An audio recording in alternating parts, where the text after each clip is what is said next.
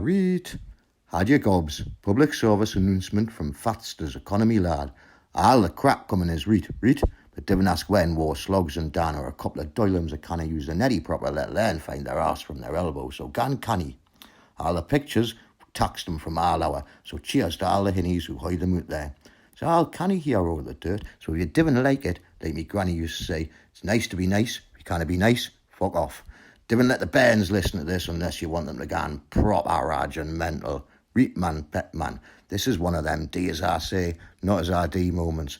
If ye want to copy us, Dibben come running to us after with a broken leg. Cheers, bairns, gan canny.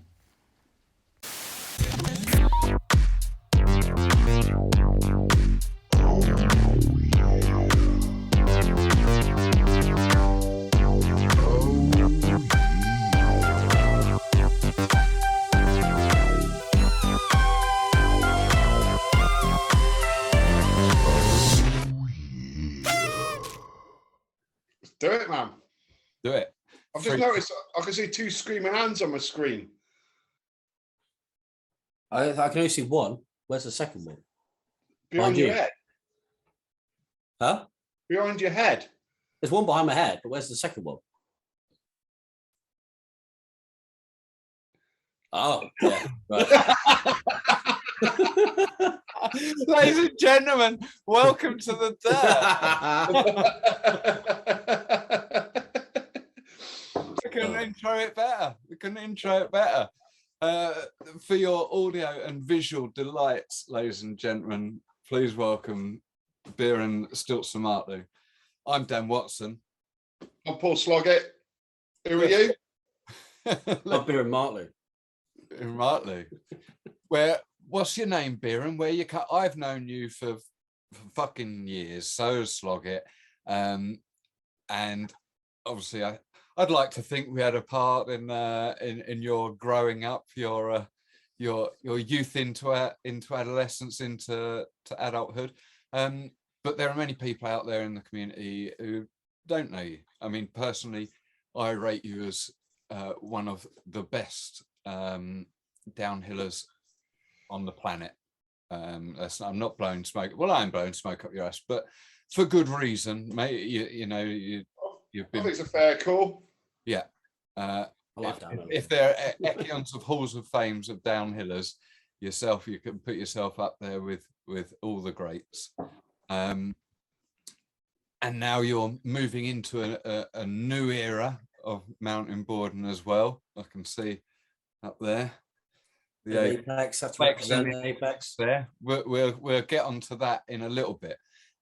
If you wouldn't mind, please indulge us with a little of your past. How did you find mountain boarding, and then bring us up to a brief rundown or run up to modern day as such. Yeah, I'll do it as quick as I can. It's quite a story. So yeah, I mean, I started off. You remember Green Man, Fuzz and Josh, or Forest Hog, Josh Hogg? They were friends back in the day. I went round there one summer and they had a couple of mountain boards. They built crickets, I think it was, 2001. So I was hitting that. That was real good fun. Enjoyed those, hitting a kicker. And then we went to, Court Farm. Had like a trial day there, like first time ever at centre. That was amazing. And I was like, bang, I want a board. So I saved up. And at the end of the season, they sold off their hire boards. So I bought a Grasshopper. Nice. Old school. Oh, no, sorry, it's cricket. How old are we talking here then? End of 2001, I bought my first board, cricket. So how old were you? Oh, for 14, 15. I think maybe 15. Probably 14. Yeah, 14 to be fair. So pretty young. And then, so we did that. And then I started like riding out my local bike trails and stuff, which is pretty hectic.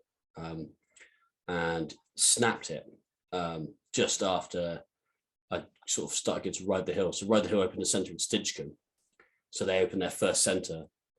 So I started going there, and then I snapped that cricket because I didn't want any more anyway. And I bought it to buy No Snow, funny enough, because it was right around, I don't know if you remember the No Snow Freestyle challenge they did. Yeah. Where they had that massive wedge-shaped kicker. I wasn't present for it, but I have heard of it, because was there not a world record or something set there on that? I don't know, man. I remember watching Andy Potter in the run up. Right. Huh? Yeah. So in the run up, like, and it's a massive kick. It was like 7 foot high or something, and then a big like 20 odd foot gap, and then but it was like high to like the kick was up here, then landed. You know what I mean? And then a big ass drop into a massive steep landing. And I remember watching Andy Potter like just boost it a week before the comp and landed flat at the bottom and basically did his ankles in. So he was fucked. He couldn't ride for the comp. That's him done. It was pretty funny. But yeah, so I learned to be like instructor on my first day ride the hill. Just happened to turn up on instructor training day. Stu Kirk and Ant Wilson trained me up. So that was pretty cool. And I just spent my summer there. Like literally that was that. Like straight in, and then went off to the comps, competed at that comp. MBS sponsored me that comp, the Freestyle Challenge, because I was like one of the few kids hitting that big kicker. Yeah, and that was that. Like, did you deep end then? Yeah, straight in. Like literally, like that kicker was so gnarly. I mean, I remember the hardest part of it was riding the landing. Like I didn't mind the kicker, I didn't mind the air time, but the landing, I had no egg shocks. I was just like wobbling like crazy down the landing. It was fucking terrifying. It's like just ride out the landing and it's all good. So yeah, just went from there. But that was back when it was like 2002 season. So there weren't many people riding really then. It was like 80 people in the comp. So let's get this right. You started your career as a freestyler. Yeah, totally. Yeah, I was fully into freestyle. That's all I was doing. Yeah, fully. Yeah. So then I met, so the end of that, yeah, I really enjoyed the racing, right? That was good fun. But, you know, I had no clue what was going on. Like my first comp, I had airliner tires and a V-brake, like on the back. It was freaking hectic. That comp was crazy. There was one with like mud and then tarmac and then mud and then tarmac again. The transitions were savage. But yeah, so anyway, went from that. And then I met Steve Burbeck and Sasha, and then like, was it AJ? MBS was like, look, hook up with Steve Burbeck, see what's going on. So I met Steve. Sasha was like at my school. So I was like, Sash, give me a lift. Sasha Bush, she was a really good like ladies rider. So she gave me a lift out to hit like LA Woods and that. I remember going to LA Woods the first time and just seeing Steve Burbeck and Matt Gaydon just flying down this thing. And it was so tight, you know, little berms, loads of trees. And I was like, I'm never going to ride that. Like never. You know, and by the end of the day, with completely flat tires, I made it down top to bottom, and I was hooked. Like, that was that. We just went out and we just rode woodland all the time. You know, I learned everything at LA Woods. That place was epic.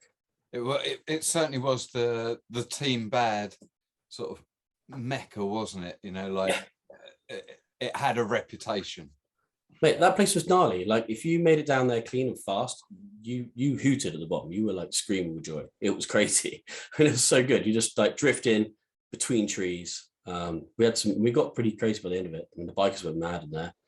And we had that's like a really good gully at the top. We finally got to hit, and we got good enough to ride. That's a big steep gully you drop into, and then yeah, all the way down, like a few drop offs and that. It was really good spot. I learned everything, like drifting, you know, all your ball control, all that stuff was learned there. Like I knew you learned a lot about tire pressure as well. Like if it was dry, you'd have them down a bit. And it was wet, you could pump them up, you know, because you were going too fast otherwise. Like I watched a lot of people hit trees there and dislocate shoulders and things. But it was good times. I wouldn't know anything about hitting trees and dislocating shoulders. Nothing at all. Yeah. So yeah, I mean that was kind of, I was just straight in then, you know, we had like 3 years of that really. Just team bad, we just rode. We rode at all different spots, all winter, every Sunday, all winter pretty much. And then in the summer, it'd be Wednesdays and Sundays and comps. And we just went fully into it really. It was a heavy team as well, wasn't it? Yeah, we had some good riders as well, you know, like Steve and Sash, they both killing it in their categories. It just grew really fast, and like really good community around the team as well. Everyone was really pushing it, like the Roses, well, everyone, you know, they all helped push the team forward. We do like big fun days. We train loads of kids and stuff for free, so that was really cool. But yeah, so I mean, and then I don't know really where to go. Really, I sort of was riding for MBS. At some point, that changed, and I rode. Pretty much kind of leads into your time, Dan, because rode with you guys. Yeah, I think what would that have been around 2004, 5? Yeah, maybe that sort that sort of time you came on with myself at Ride the Hill, didn't you? Yeah, it's like the year Lugger came in, so I think pretty much. But obviously, whatever year it was, Beiran, we won. Yeah.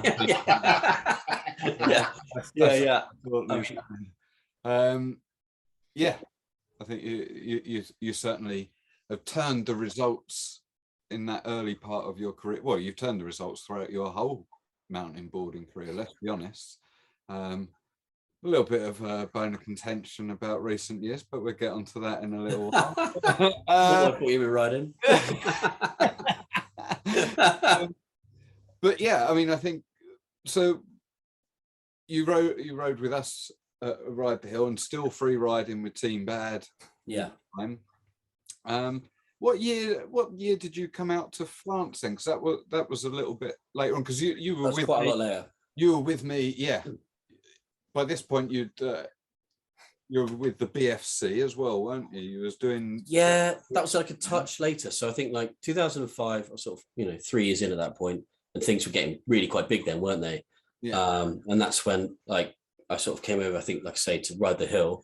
And we were starting like Ant Wilson and that lot. We had like, it wasn't full Team Bad anymore, really. It was kind of Ant Wilson, Stu Lugger, Steve Burbeck, like maybe Sam and Jack Potter might have been about then. Sash and Matt Gain and that, and it was still a chunk of Team Bad, but we had like a cool group, and the stuff we were going out and free riding was getting pretty hectic by that point. Like, yeah, you're doing lines where you're like, oh, I think I can hit this, but there's probably like a 50% chance of making it. But at that point, it's getting pretty dodge, but it was really good. And then yeah, trying to think through. So I went to uni, set up like Plymouth University All-Terrain Borders. And that was pretty cool. Obviously, with Cy then went on and ran afterwards. So Simon Neck was like my protege. So that was what we've got 2005, 6. We've got a couple of questions in. Certainly, well, we've definitely got a Simon Neck question in. So maybe it would be a first time, and we've got a lot of questions to get. Yeah, we'll get one in. Maybe now. Let's start the ball. Let's start the ball. Stick with him now. Yeah, and he has sent. Unfortunately, he's not sent a video for us.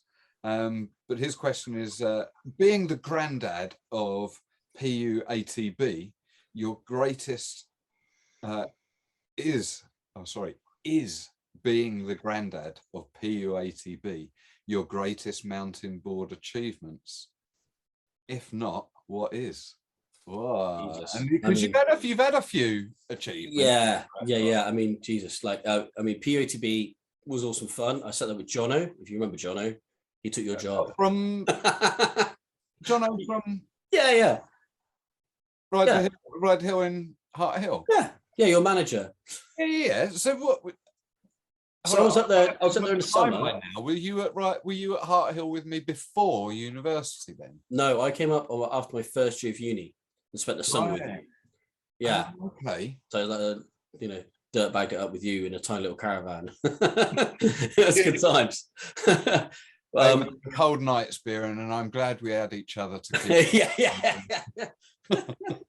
Oh man, that was so funny. That was a good time. That was like just cruising around. Anyway, Jono came down. So Jono, I met him at the comp because I think he like before uni had a year out or something, and he was doing centre then, and we came up and we had like I think like the comp I saw him and met him and stuff, or maybe one of the times when Steve was bringing me up because I used to come up there with Steve to help out because he was coming up with working for Ride the Hill, wasn't he, back then?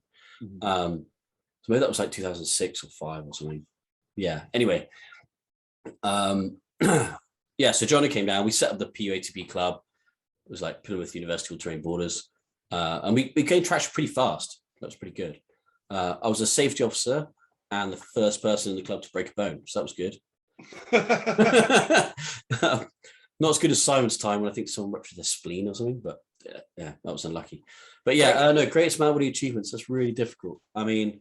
So where were you riding in Plymouth? What was your local spots? We go out. Camwood's a little bit, but our main spot was like Makerway. So but this is way before Maker time. Like Maker wasn't about. So we were riding this valley out there. What's the Mount Batten Estate? Yeah, Mountbatten Estate. They had there's a church there. You go to the church. Mount Edgecombe Estate. Mount Edgecombe, sorry, not Batten. What am I about? Yeah, Edgecombe. That's the one. Batten's on the opposite side of the river. So I thought he was there. Mount Edgecombe and Mount Batten are exact opposites on the side of the river. Right, fair. So the Edgecombe Estate, if you go to there's a church there, you go down and there's just this big bowl, basically. It was just came that big valley went down. And it was great. I remember taking people out there for lessons, loads. And then Central Park in Plymouth, we used to go up there and do lesson days. I remember we had 20 people for lessons, So I've been teaching since I was 15 for Ride the Hill. So I, by that point it was 19, 20 or whatever, and been teaching for years. So that was cool. Teaching with your eyes closed. Yeah, pretty much. You know what it's like, and it was really good fun. Teaching newbies, teaching people to get better as well, like Simon and that. So were you teaching uni? Uni students or kids? Just so you're talking teenagers. Just uni students, young at Plymouth at the club. Yes, we'd have a first day, and when people come and break themselves and not want to do it anymore, some of them, and we'd hook a few, like Simon Neck and a few others got into it. So yeah. But sorry, get back to Simon's question. Greatest moment of achievement. It's difficult that. Probably best result ever was Worlds. I got a third at the Worlds, so I was well chuffed for that. That's probably my best result. So what year was that one, and where was it? 2015 in Germany. So it was a track I had no rights winning gold, getting third on at all. Luckily, I think Tom Rees took out Andy Bryn, so that's probably helped me out quite a lot. But yeah, I had no rights at all. It was a pump track. Do you know what I mean? I didn't have a chance, but I built myself a new deck, and that did pretty good. So yeah, that's probably yeah. There's a few other times. By this time as well, you'd have probably been doing freestyle demos and stuff like that up and down the country. I think I pretty much retired from freestyle at that point. Because I broke myself so badly. I was just battered, man. The front flips, not many of them were landed. A lot of them were stacked. And it just kind of took it out of me pretty badly. Right. Now I've got you here. Correct me if I'm wrong. DC, who conveniently enough we have a question from. Yeah. He did the MPH show that me and Steve, what was like Top Gear Live. Right. They've done Earls Court. They've done NEC and Earls Court, I think, didn't they? NEC and Earls Court. Now I thought you was part of that as well, possibly. I came to an NEC demo. Yeah. Not sure which one, but that was run by Simon Little. Around. You've been dragged around by Sabs, I think. No, definitely not. No, I would have enjoyed that. No, I wasn't there for that, unless I just really don't remember. And so who else was with DC then? Because I went to the Earls Court one. Well, I think me and Steve did the setup and shutdown of the actual ramps and stuff like that, and I not being towed by a car. I remember Slogs coming along to the Earls Court one, but I thought you came along to one as well. The one I was at was the one where the extreme running one you did with Steve. Where that's the one I vividly remember, because I remember was it Rennie and me running around shutting off? Was it Lugger? Shutting off the floodlights. There's nothing to do, so we turn off the floodlights for the security guards to swim with the darkness. You flipped the go-kart then, didn't you? Oh, that was so annoying, man. He didn't say this on the thing, but yeah, I was passenger, so I just got fecked over as a passenger, blew the freaking tire out, and did the joint or whatever, the ball joint. I didn't get to drive because he trashed the go-kart thing, so I didn't even get to drive. I was well pissed. It's cheers, Keith. I was pretty pissed about that, to be honest. I didn't even get to drive it, but it was fun. Nicking fire extinguishers set them off. But yeah, I think so. You'd have been. Were you pinging backwards and forwards between time at uni and time at Harthill? Because I thought you did more than one summer up at Harthill. No, just the one. That's when after I busted my collarbone at uni, and that's why I didn't ride much when I was up there, which you were pretty bummed about, and I was pretty bummed about as well. But yeah, I got in a bit of a hole. I did my collarbone just before the end for the exams, end of my first year, and I was just kind of screwed after that. Took a bit of a bruising and just wanted to sort myself out and get my head straight and let it heal properly. I like to let myself heal properly before I start riding again. Yeah. So I think it was just about good enough for most of the season. So I got half a season and then I think that year. But yeah, no, that was just the 1 year. Can't remember what happened the second year now. Kind of forgotten. Yeah, I think you'd have probably been on tour with the BFC, wouldn't you? Yeah, there's a bit of that. Yeah. So that's when the BFC kind of started. Was the second. I think we did a bit that first year. So the first. So that kind of ties in the timeline really. Like stopped freestyles pretty much, and then the BFC were like, "Come to film with us." I was like, "Well, I stopped doing freestyle, right?" And they're like, "Yeah, we see someone who does some weird lines." So I was sort of with them. The first one was really annoying because we had some cracking footage, man. Like Ledbury, I hit this 14 set of stairs, like in the woods. It was pretty gnarly. Like got that. They got some really good stuff. Like we had LA woods top to bottom filmed, and they lost all the footage. So the 2 weeks that I was with, they did the 2 weeks before or something, and then the 2 weeks I was with them, they lost all of it. So I was real bummed out about that. That was like there was some really good footage in that one. That was annoying. And then the second one was when you were at a pleasure. That was the Courchevel trip on that one, wasn't it? Yeah, so like this tour. So we did the whole pretty colours, red, yellow, green. We paint Dave. We paint Dave. Well, we did paint Dave. He deserved it. He was pissed. He was so passed out. Pretty colours, primary colours, yellow, white, and blue. We paint Dave. Well, that was good times, man. I mean, that tour was great. I mean, we did a tour to Scotland, which they probably spoke about. I sent you a pic, actually. You should that pic. That's the Bing. The Bing. That was, yeah. I mean, where is that? Is that Glasgow way? Just north of Edinburgh. So only an hour north, man. I went back actually a few years later and got to actually defeat the Bing, which was nice. Nice. It killed me so badly. Like we literally got there and I saw, if you see the Bing, like, properly get a photo of it, you'll see it's just slag heaps basically. And it was like, holy shit, this is down and dirty. Do you know Down and Dirty 2 when they're hitting that, they're just like pinning it out. They're still at the top, don't they? Just pin it down like a couloir until they bail. Yeah. So I was like, this is my Down and Dirty. So I went right up to found this spot and I was like, that's gonna work. So I went up and I hit it. And I think I'd like dropped in, I had to jump like onto a rock or whatever, round a load of sharp stones, came back in, thought, right, I'll chuck in a drift, right? Kill some speed, as you do. Chucked into a drift, went completely MJ. No. Like, oh shit, jumped out of that, landed, and it was like, well, fuck that then, just pin it. Do you know what I mean? So I just leant backwards, because if you lean forwards, like it was like powder, like your nose is just going to dive in. So I was leaning back and it just got fucking quicker and quicker and quicker and quicker. And I was like, oh shit, here we go. And then it went from steep to flat and I'm like traversing. I was like, well, can't really hit it just straight. So I tried to put in a little toe side and I put straight over the nose just before the flat and just went like to flat on my face, just blew me into pieces. Like when he was shot. And it was the first day of the trip. Like we just driven for like 10 hours to get to Scotland and when he was gone. So that was it. I sat in a minibus for 14 days, not riding. Fuming. Just hobbling around. You definitely had your fair share of injuries, knees, elbows and stuff. Some of your elbows over the years have just been fucking savage. Yeah. But while we're on the topic of BFC, we got a question here from Big Dave Compton. Yeah, let's do it. Let's do it. Hey Beiran, how you doing? Hope you're good. Dave Compton here. I have a question for you. Yes, kitten? I had to hurt my foot. Oh no, poor kitty, you hurt your foot. Yeah, which leads me on nicely to my question, which is that you always used to, when we go on a filming trip, you'd inevitably choose the like gnarliest line for your literal first drop and would absolutely knack yourself.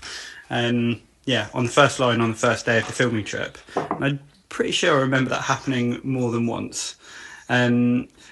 Which makes me wonder, like, what was your motivation? Like, what do you get out of riding that you're just prepared to absolutely kill yourself straight away? And my second question is, have you ever forgiven your parents for dropping you in a bucket of bleach as a child? Well, first off, Dave does look like a ginger Jesus there. That's some serious facial hair he's got going on. I didn't know he could grow that much. But yeah, I mean, as I already said, really, like at the Bing, that was, I just saw Down and Dirty and always wanted to emulate that. And that's why I wrote that line. And And mainly for me, like free riding and riding is about, well, at the time it was all about scaring the shit out of myself, to be honest, like getting that adrenaline rush.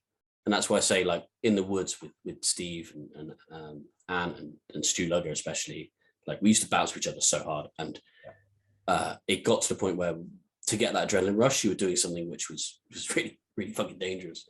It seemed anyway. But yeah, back to DC's comment. There was the second time I went on tour. I went out with the RX guys, WX guys. Was it? Do you remember them?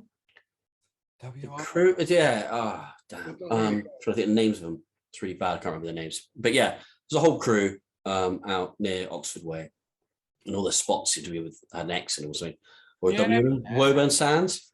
Miles Healy was part of the crew. He was there. Yeah, they're a really good crew. There's some old school footage as well that we're doing. Some of them don't ride anymore, obviously, because they beat themselves up a lot. But yeah, anyway, we got that, and it's in the BFC video. Stu Lugger, we found this double drop, and it was like 2 6-foot drops. Stu Lugger went up. We were looking at it, and we were like, "Oh man, got to do this." So Stu went up and he hit it, but he did it as like 2 drops. So he tried to do 6-foot land and then stick the next 6 foot, and he slid out on the last second landing, and he was really lucky, to be honest. His board went one side of a tree, his body went the other, right on his ankle, but his binding snapped, so he got away with that. Otherwise, he would have been like toasted ankles. He was savage. So at that point, I was like, well, Stu's done it. I've got to do it. So I went up there, and it was, again, the first day of filming, like a 2-week tour. And we were going to go, we're coming out to Pleasure as well, coming up. Long story short, hit it twice, did hurt my back pretty bad, but, it did, it was okay. I didn't beat myself too bad, but they were all at the bottom like, don't do it. Like, you're going to break yourself straight away again, like, stick with Scotland. And I'm just like, I've got to do it. But that was probably the scariest thing I've ever done. Like, I was at the top, shaking pretty much. Like, this is really fucking gnarly. What am I doing?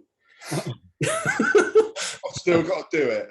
Oh, yeah, totally. I mean, it was the run-in wasn't even wide enough for a board, right? The run-in was a bike trail, like with just a cliff edge, pretty much, and like barely wide enough for a board, and it like snaked in. Then you turned right as you hit the lip, which wasn't really a lip. And you're trying to huck over 2 6-foot drops, and then the landing was basically, if you went straight to a tree. So the landing, as soon as you landed, you had to V left or right. So it was all pretty hectic. That's a lot fucking going on there, isn't there? Yeah. And I was like, I'll just do the drop and work out the landing later. I didn't land it, so I didn't have to work out the landing. It's all right. Oh man, like I say, was at the start, you've definitely cut your teeth with the free ride, and you've certainly got your reputation there. Precedes you wherever you go when the word free ride is mentioned in mountain boarding. So well done to you, sir. One that always stands out for me was your board sliding that log on the mountain board. Was it Mountain Board News? Mountain Magazine, the first issue. Yeah, the first issue. There wasn't a board slide though. What was it? The front side lip slide. Oh, my apologies. Fucking gnarly though. But I know some freestyle terminology. I've got to check that out. That's some decent free ride freestyle jib. Yeah, it was a perfect log. It was just like so perfect. We went down to sort of see the crew and do a film day. I think was it Sober? No, was it Meba at the time? Right. No, not Meba. I can't remember who it was now. It was that Southern South crew. They took us around those spots. It was really cool. It was like Josh Graffam and all that lot. So bloody. Yeah, Josh Graffam and all that lot. You got a leg, is it? Doug Lundy, she's just like sitting on the power supply for the laptop. So yeah, I don't just cut out. Anyway, yeah, sorry. Yeah, so yeah, it was a good little log, that one. It was good fun. Yeah, it was just perfect. It was just like led into a gully. It wasn't much of a ride out, to be fair, but I claimed it. Whilst we're here, I need to find quickly a question from Jack Johnston. It does relate to your time with the BFC, and is an official question for B, because there might be a little WhatsApp group where there was some some other questions that we won't put to air. But the official question, the official question was, as a famous jibber, what was your favourite jib in Courchevel? Yeah, it's a sore question, that one. I mean, dude, I got a bit desperate, to be honest. I mean, that kind of, I think that spelled the end of my time in the PFC.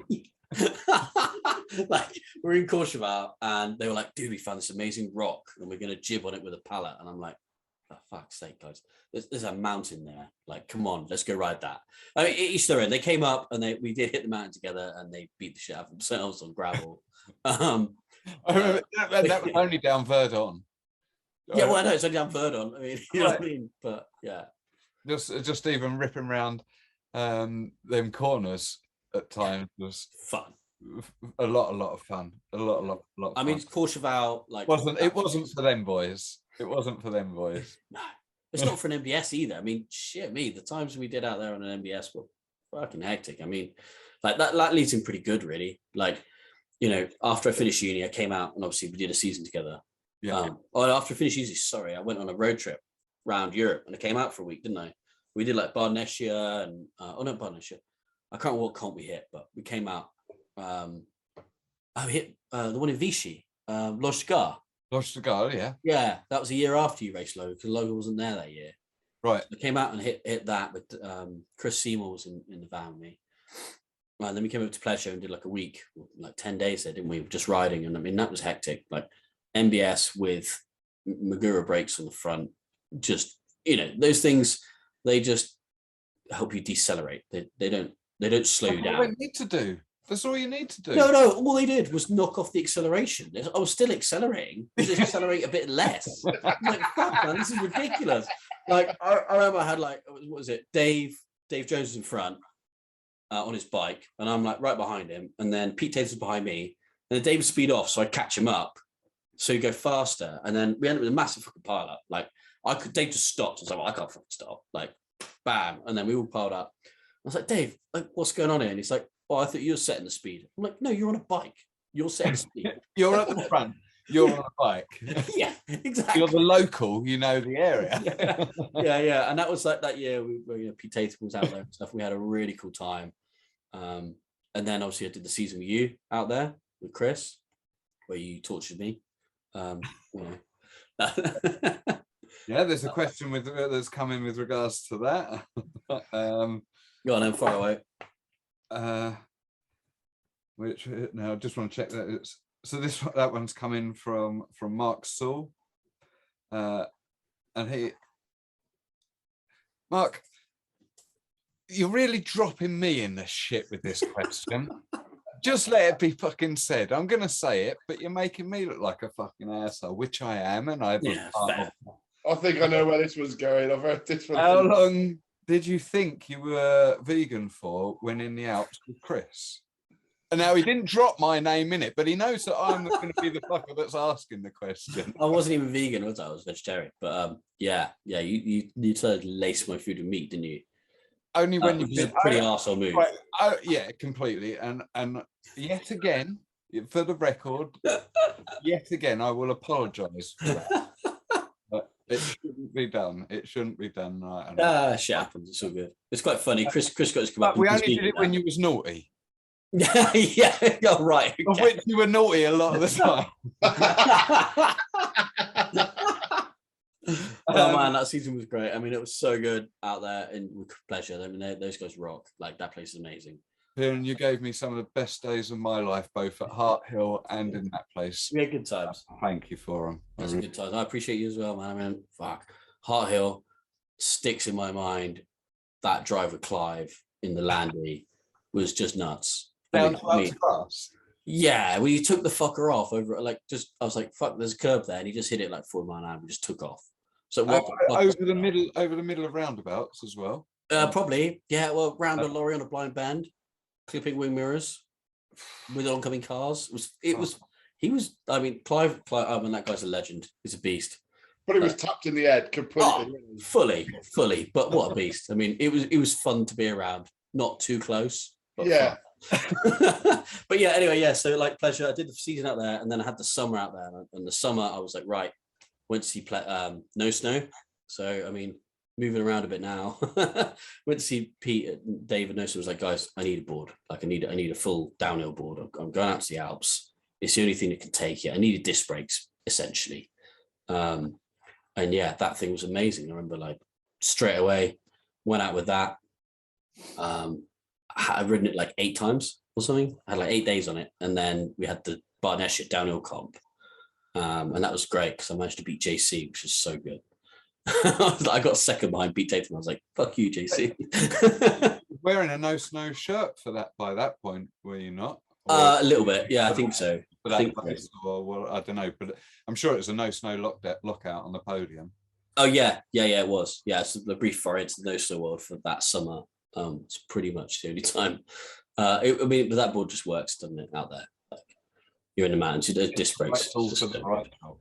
Yeah, I mean, I remember like I was out there on 9s, and I ended up in a rut or something. It was just full of boulders, and it just went over the lot. I mean, I was like, I'm dead here. I'm gonna fucking eat it pretty hard, and it just went over it all. That board was amazing. It's really good fun. You're known for your competitive racing as well, and are always in the mix in time, in terms of your times down tracks. I think it's fair to say that even today, you're within ease of podium at any given time throughout the UK, certainly, and I would put that into the world as well. But what I was going to say comes in from James Wanklin, and he's put on there, out of all the inside lines during your racing, which is your favourite inside line overtake? And he knows why he said it, because I did him so good.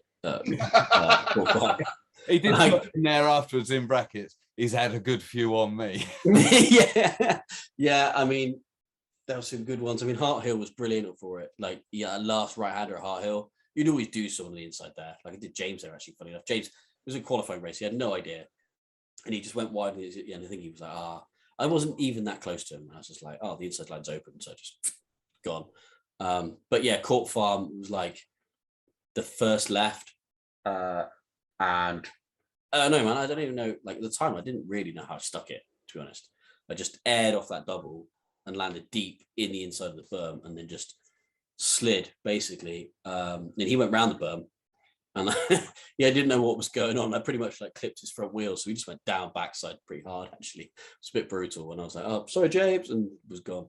But yeah, it was a bit damp or something that day. But after he used that line brilliantly on Pete Tatham, I think once actually afterwards. He spotted that line then.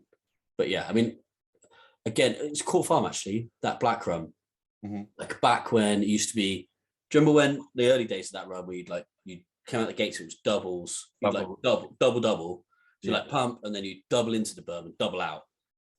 I mean, I used to take I had a whole like comp there where I qualified really badly. I was qualified like 30th or something. I think Rennie qualified 31st.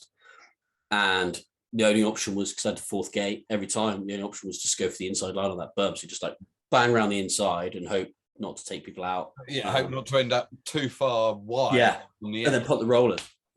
I mean, yeah, like just, or like, I mean, oh man, that was crazy. Like we were in the gates, they were like, stop, unstrap. There's AJ Lawson and someone else. They'd gone into that first berm, caught and slammed. And they both went off in an ambulance, right? And like you're unstrapped for quite a while at this point. They're like, right, back in the gates. And we all just strapped in and sent it. I went into that berm, three of us. So I was on the right, I just slotted in to second. And there was like a foot between front and back wheels. You know, we all just went for it straight away. Not all back down. But yeah, that track always had good inside lines. Yeah. It was good inside lines. Good times. Yeah. Yeah. I mean, yeah, timeline gets hazy. It does indeed. And you're still racing today?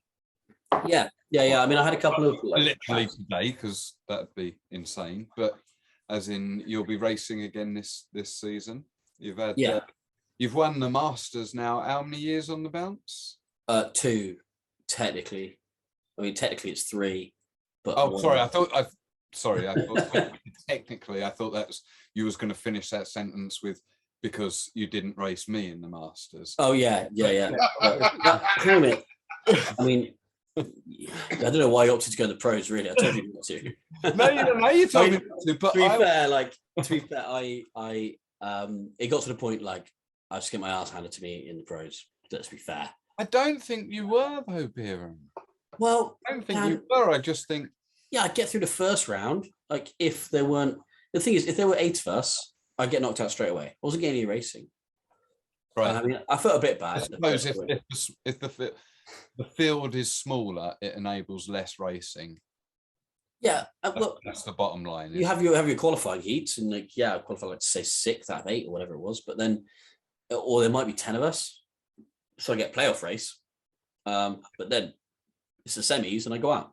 I mean, I think maybe I'm phrasing it wrong when I say that. Maybe I should be saying, I believe in you, Beiran. You know, on any given day, old legs, man. If the wind's blowing right and you know you're wearing your red panties, then you're outside of your trousers. Yeah, on that side, definitely suit pants. You're fastest man on the hill. I think I just look fast. Just look. I think I just look fast. So tuck and the slight speed tuck. I mean, I like I say, I had a couple of hiatuses, so yeah, like a couple of times off. And every time I came back, and I was just like, wow.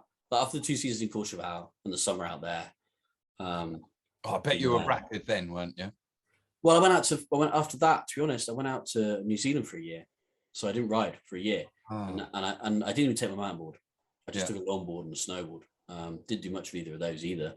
And actually, it was great. I finished those 11 months, and my knees and the wood joints had actually stopped hurting, which was quite nice. Like it's kind of had like a healing year.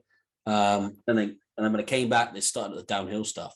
So that was great. So like, I mean, the time trial downhill, if it's not like a border cross track at a centre, I had a chance, you know, like me and Bat Brent would tussle for times. Sometimes we'd like even match like 1,000th of a second. That was rad. Like me and Matt had some real good tussles in the downhill, but I never beat him to the title. I beat him at a couple of comps, but I never beat him to the title, which really, really bugged me, to be honest. But we all have those little tussles, little beefs over the years. Fucking Sonny Divin still don't let go of them. He got fleeced, didn't he, in that final at eBay? Oh man, that was great. That was that was so good. I felt bad for him for like a second, and then I just laughed. It was great.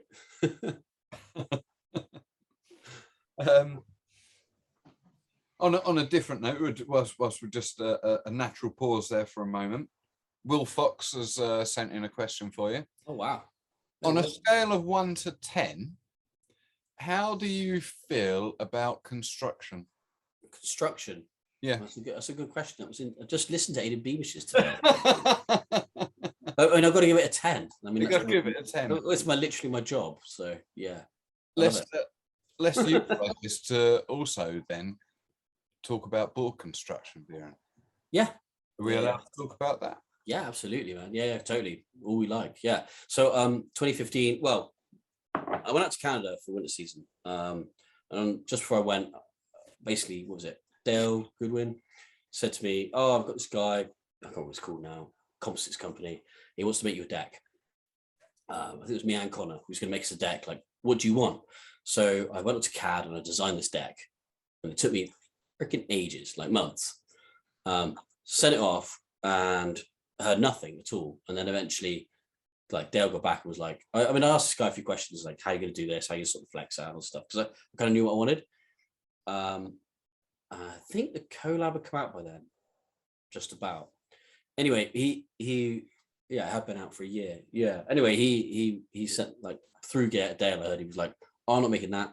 That's going to wear tone and cost a fortune and be rubbish." And I was like, okay, fine. So literally the shape that everyone wants. So I just decided to press my own. So I spent that winter. I bust my knees actually snowboarding. I came up short on a rather large kicker and whistler, and I spent 2 days in bed. So I set about designing my own deck, like snowboard core, kind of snowboard skateboard crossover deck with carbon and Kevlar and glass in it. So I did all the calcs on it and like worked out pretty rudimentary, but got like a notebook full of calcs, just random scribbles. And then so I built a press when I got back, and I finally got around to it all. Like it didn't work at all. It was terrible. Like the press didn't suck down properly. I couldn't get the vacuum seal. Like I was like, oh my god, I've just thrown away like 300 quid of the materials. It was a disaster. And then I was like, sod it, I'll keep going. Anyway, that came out the press on Tuesday, got it all prepped and glassed, and I literally put it at the top of the van and set off for the German like world champs. And I was like, right, that could just like got to finish curing for like 3 days. So I just left it in the roof to cure. Fan blew up on the way to Germany. That sucked. So like, everything was against me. But set it up, and Ted was really good. Ted did me a deal on some tramper trucks. Got a rep Ted for that, to be fair. He like sorted me out that day because I was in trouble. And that deck was amazing. It performed really well. Like what I thought was completely like dire was really good. Like it was beautiful. Really nice deck actually. I just got it back out and started riding it again. And it wasn't for that deck, I wouldn't have got third. Like it just pumped. I never hit rollers like it. I was just flying. I was in a race with Matt Brind, and like one of the Italian guys who was tipped to be in the finals, and I was in fourth.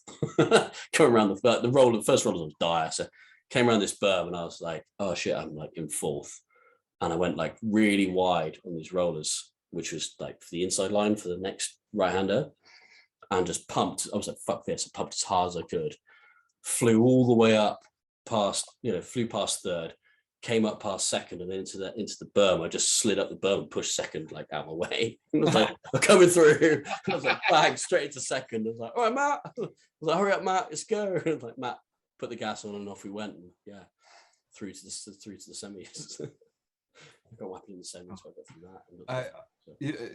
Have you still got that deck now? Have you?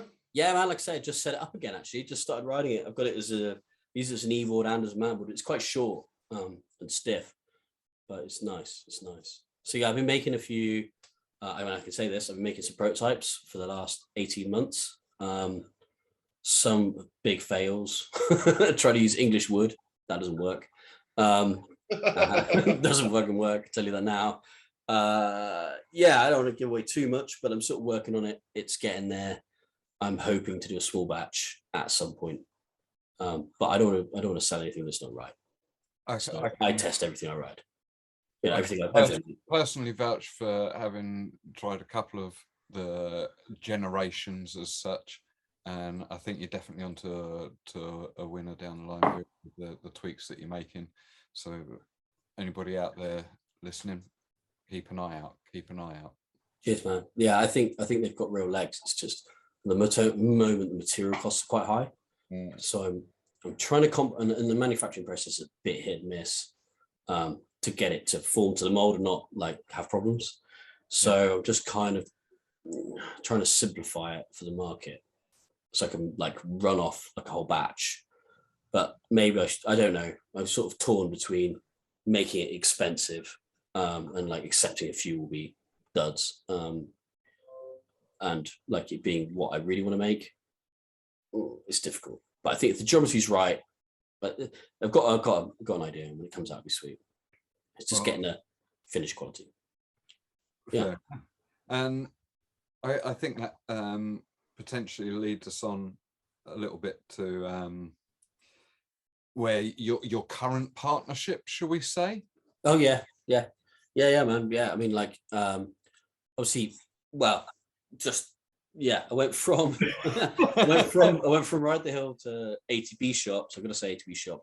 Yes, big shout out to all that stuff. But Stu Kirk is a legend, man. I mean, that guy, year dot right now. Yeah. But he taught me to be an instructor. He taught me how to ride. Him and Ant, right back in the day. He taught me how to ride a mountainboard, how to instruct, how to teach. Big part of my mountainboarding history. A big part of everybody's fucking mountain board. Oh yeah, I mean he put in the UK. that guy works super hard. Like I don't know many people that work as hard as Stu and do what they do. He's really built a lot from ground up. Like big respect for him. They need to be shot like being on that team. The day that we get him on this screen will be a very happy day for me. Oh, mate, he'll come on. Yeah. Oh, I'm sure he would. Just get him around all the houses. All the yeah. But yeah. So I mean, ATP Shop got to rep them. I was with them for years. They really helped me out. Parts and all this stuff. But yeah. So recently, Apex have been pretty amazing. Really, I met them at Free Road Meet and got chatting afterwards. And they were like, "We need a development rider." You got chatting about with decks, basically, to be short. They like the deck, but so they're doing their kind of thing. But yeah, they've introduced and getting involved with Hero around the time, I should have imagined, wouldn't they? Yeah, absolutely, yeah. So they because obviously they want to do completes, which are pretty sweet if you ask me. I love all the components, but yeah, they've been really good. They were like, "We want you to come test some trucks." So I was like, "Okay, cool." So sent me a set of trucks. Absolutely love them, if I'm honest. Like, I think they're great. There's not much. I mean, you got the no snow was great off road, but I always found the turning on no snow was a bit unresponsive. Whereas the Apex have got that response. If you get the bushing set up right, those airs really. They were designed for snowboard boots and that extra leverage, weren't they? Yeah, but even so, like they've got a lag in their response. You go around Verdon on an MBS and you could just chuck it and you're in a drift front, but you get all you turn, like you just lean and turn. That said, you scrub speed and the back washes out, like you can't hold it very well. I mean, I know still hold an edge a bit better, but that it comes in late. Like I feel it's you start to, you think, right, I want to turn, in quarter of a second, I'll start turning now. Do you know what I mean? It's there's not that same response, in my opinion. The Apex, the edge to edge speed is way quicker on a channel truck. Yeah, absolutely. And for me, like in English woods free riding, that edge to edge speed is what you need. Like at some point you can suddenly lose it and you can hit a tree. You know what I mean? You have to react so fast, especially somewhere like back in the day, LA woods. You had to react bloody quickly, or else you were just in a thicket of trees at like 25 mile an hour or 20 mile an hour, and it's pretty hectic at that point. Do you know what I mean? So, but yeah, the Apex trucks are great. They got that kind of just not even middle ground. I said they're close to channel trucks that are no snow. I mean, I really like them. And then they give me some other stuff to test. Some pretty cool stuff potentially coming. Yeah. Well, if anyone's going to test it to breaking point, it's going to be you, really, isn't it? Yeah, it's great. I mean, I just get given kit to take out and try and break. It's brilliant. I love it. It's great. I mean, the Apex boys, they are doing amazing things in the electric world. Yeah. I mean, they're really pushing as well. Like everything they do is a bit. I don't know. I got their ass too much, but you know what I mean. They're trying to do things they're doing it their way. Like they've got style. In it, it's quite neat. I like it. Doing it properly, and we're testing stuff. Like we're not just releasing stuff. It's being tested for a fair while. So I think I can say there's a chain drive coming. First of the dirt. Very nice. Dirt. Yeah. So I mean, I was riding my custom chain drive at EBIT last year. Yeah. I had made up myself. That incredibly fucking fast thing that everybody knew was coming or gaining on them or in front of or whatever. Yeah, that thing was great. It scared the shit out of people like James. James was like, there's a freaking tractor behind me. Yeah, I really enjoyed EBIT. I mean, that was so much fun. I was a bit bummed out to get tag teamed by the Bryans in the go-kart track thing, the E-Pre, whatever we called it. I got done there. Like Matt just held backed up. I was like, speed up, Matt. He turned around and went, no. And I was like, shit. At that point, I knew Andy was coming past. I was like, fine, I'm done. I ain't getting out of the semi-finals with this one. And to be honest, still trying to get used to trigger figure at that point, like, remote control and all that. But then the border cross was great. I just had a good run. Should have taken James Wakeman sooner. I could have better shot aiming, but You was fun. utilised the same line that Andy Brind utilised on me to knock me out, and I hadn't even spotted it until Yeah. that round of the racing. Do you know what I mean? Yeah. I think Andy spotted me do it on I don't know, maybe. I don't know what round that was, but I did say dibbing on that one. I think in the first races. It was a hell of a line. Yeah, it's beautiful. I mean, in the final there, that was. Yeah, I don't usually go balls to wall like that recently. It was fucking. I just basically I've got to a point where I was like, I've almost left it too late. If I don't go now, I've got no chance. And James put me right on the rough, and I just went right, fuck it, and I just put full throttle and held it, and that was that. I was just like, that was my strategy, was don't fall off, and then and I made the corner, and I was like, oh, I'm gonna let off, and I was like, oh, but I'm catching Eamon, so I just kept it on, and that's when I plowed into Eamon, which I felt a bit bad for. So sorry, Eamon. I should have been wearing pads.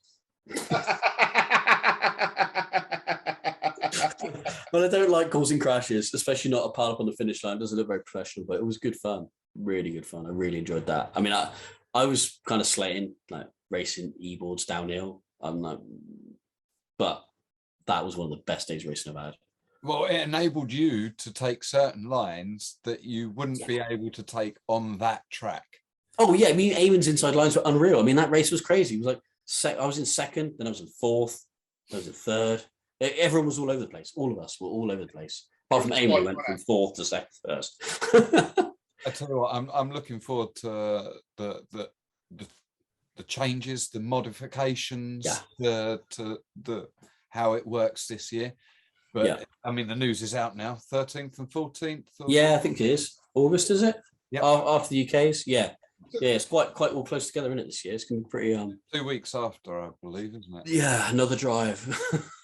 So the traffic's good. Oh, fucking M5. Oh yeah, I know, man. I know. But hey, man. Still can't beat Dan's trip to Hales, can we? I mean, that was epic. Horrible. But yeah, I mean, yeah, I'm loving the e-boarding. I mean, it's in terms of like from a downhill perspective, from what I love doing, which is getting in the woods, riding the bike trails, hitting those narrow, tight lines in the trees. The downhill bikers here, it's amazing. You can go there now. Yeah. You know, you'd have to walk and then session a little bit, and it wasn't fun. Like I'm not a walker. Like if I walk, I want to ride at the end of it, and I don't want to stop till I'm at the bottom. I don't want to have to stop and get over a fence or stop and push along a flat or any of that crap. Yeah. I just want to, hit a nice long run. And the e-board just means you can do everything. Yeah, and you live in God's country, as they say. You've got some amazing terrain, pretty much from your doorstep. Yeah, it's not loads around here, to be fair. Like everything's private. You've not turned your nothing's private, Beiran. Yeah, that's true, Slugs. I forget your principles. The problem is everyone knows everyone around here, mate. Everyone knows everyone. There's like 7 farmers in the bloody lot. We're quite lucky though, because we live in a sort of triangle. Yeah. And that bit, the 3/4 of an hour away from all of us, that bit in the middle, there's some really good rides we've had together. Yeah, absolutely. That's why I like hitting. I go and hit the trails I've built. I've just found a new spot actually in Launceston, and that's bikers have just gone mental in their woods, and that looks good. So that's be a bit more, get my skills back up, because I feel like when I was in Bristol, we used to ride, LA woods all the time, and when you ride that one spot, you learn it so well. I find you learn, you learn every little corner, and you can go, the speed you'll get through that is unreal. And then from that learning of like drilling that one place, you can then go to another place and ride it fast because you've got all the skills set from that place you've done loads. Do you know what I mean? Like your safe place as such. I just kind of miss that at the moment. Like I haven't got somewhere that's like technical and gnarly where I can just drill it repeatedly until I know that, and then find that limit of the board. I mean, it's not locally, but Pole Dice, Beiran. Yeah, I got to get down. That good? Yeah, I've got, it really is. It's very good. For R&D on these machines, you ain't going to get much better than that. You've got fast, you've got slow, you've got rough, you've got climbs, you've got steep descents. Whatever, Yeah. I know you're into your freestyle, so you've got gaps and big kickers there for you if you want those as well. Oh, I'd love them. Yeah.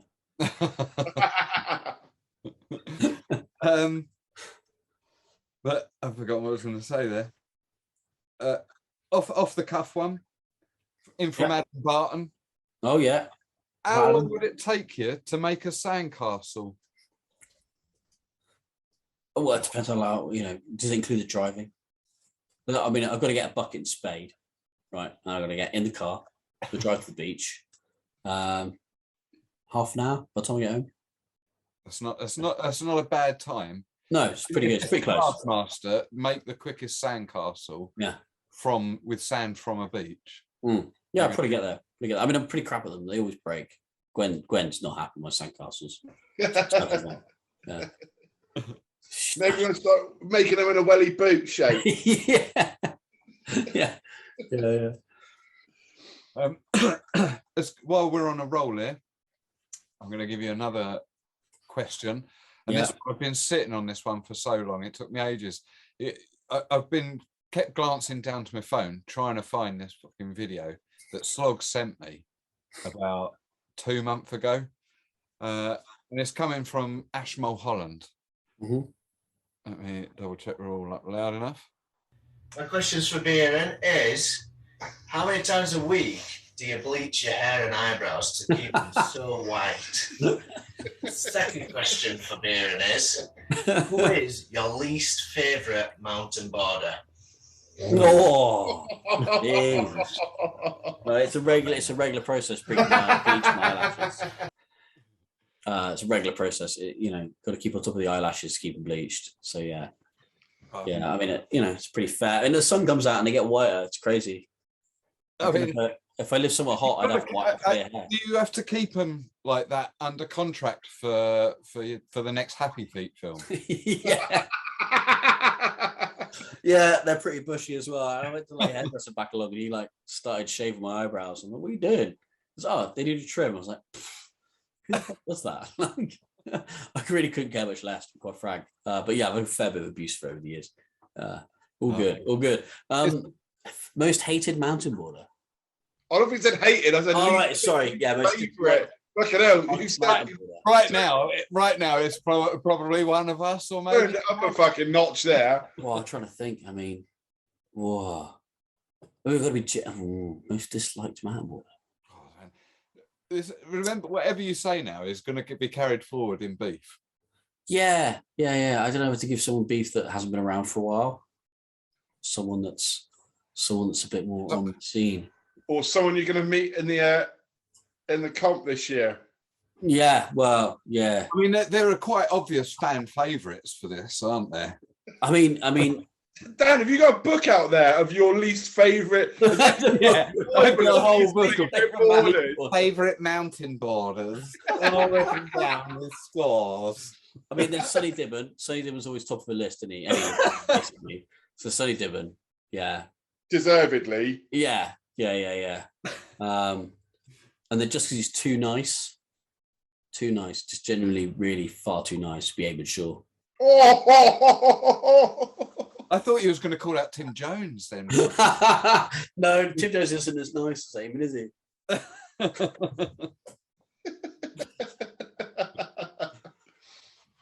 Rah. Yeah, that's my two. Done. Yeah. Done. Yeah. I think we've only actually got a couple more questions left. Oh, we're rattling through them. We're getting through them. Should we rally through these last couple ones? Yeah, go on.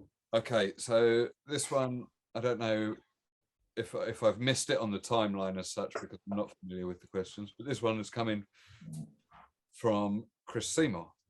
Oh, good. Hi, Hanson. So we probably first rode together maybe 20 years ago, something like that, back in the day of Cleeville, Scout Run, bits like that with Team Bad and sort of the big regional meetups that used to happen. Best days of riding together for me was obviously when we went out to the Alps and we hit up some pretty fun stuff, mainly because we had brakes on and I could keep you in sight. So my question is, what is your favourite run in the world where you have to use brakes or brakes actually make it better? Nice one. Ooh. Okay, it's a good one, that. Eh? Oh well, it is, but it's kind of easy, isn't it? I mean, it's that run. I mean, it would be cheating if I said Courchevel top to bottom, because that's, I mean, the fun of all the way down to Breed-le-Ban.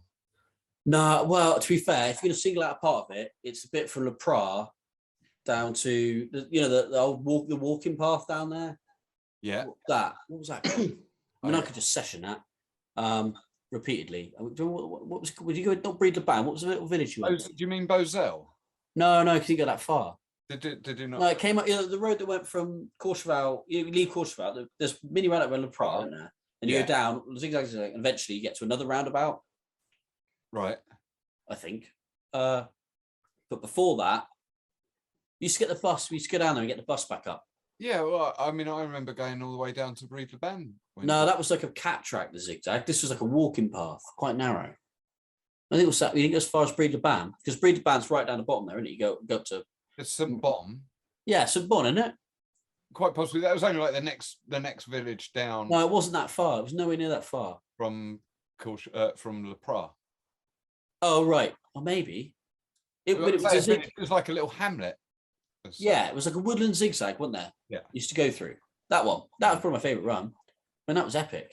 Yeah. But I mean, Courchevel, like, shit, I think I'm pretty confident I've ridden in 18, like, ignore 1650, because that's on the other side. I've ridden every red run, green and blue, on that resort.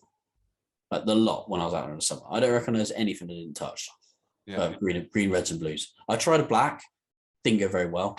I ragdolled a bit, stopped and was like, that's fucking gnarly. Got off the board and walked. Because it was just like boulders and cliffs.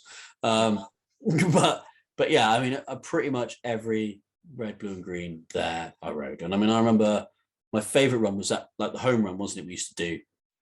So like 1850, get through the tunnel, and where the old park was, where the park used to be. Yeah. You go through there, it's like a big open, like real wide, wasn't it? And then it funneled into a cat track. Yeah.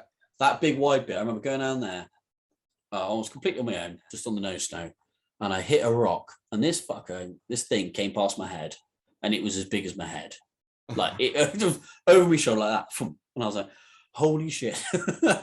Like that's when you know you're riding some terrain, isn't it? When a rock bigger than your head comes from. And unfortunately, being the chaps that we were, the only mountain boarders in the village. Yeah.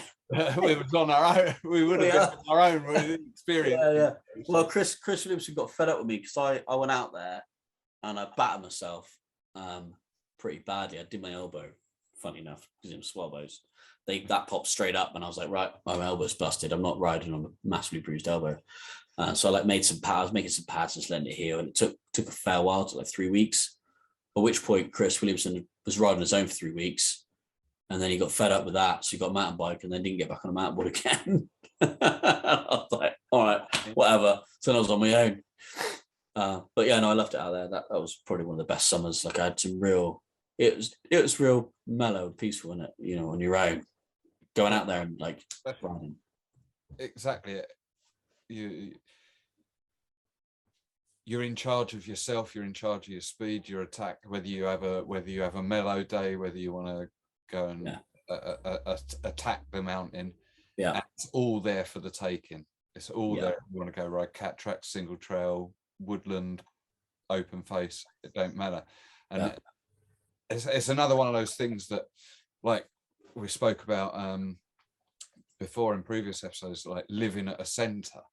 Yeah, spending time in that environment, or spending time in a riding environment, and for 24 hours to 2 years, or however long your time span is, if you're exposed to it 24/7, you're getting better. I mean, your skills are going to be coming on massively. Yeah. My skill level, I would say, I held my own before going out snowboarding, in the champs and that mountain boarding. But I think when coming back, my skill level just literally leapfrogged massively. Yeah. I remember coming back from snowboarding, like my first season. So Sulog had just started the year or two before, and I did a season out in Austria. And just like with a bunch of idiots. It was terrible. Worked for Crystal and Thompson Holidays, which are dire. But I just went out. I just wanted to ride, so I was like, "I'll just work and ride." I remember coming back and being like, "Got on a mountain." I was like, "Oh, this is really weird," but suddenly I could drift. And I could drift at speed, and you can see like we went out for the first day, and I was like all sketchy. By the end of it, I was like shredding, and Ant and Logan were like, "What the hell are you doing there?" I was like, "Oh, I've just learned to drift. I've been snowboarding," and they could see the progression like straight away. You know that going out snowboarding and then mountainboarding out there, like to do both that resort in both weather, so you know the mountain then. And yeah, I mean you got to push yourself. You got to get up, haven't you? Oh yeah, it'd be hard. Like some days you just want to get out of bed. Don't tell me about that, Beiran. Yeah, well, you find it at times hard to motivate you. I have to say. No. It was rest days. Rest days. Rest days. That's Rest what days. it's called, isn't it? Go out and ride hard one day.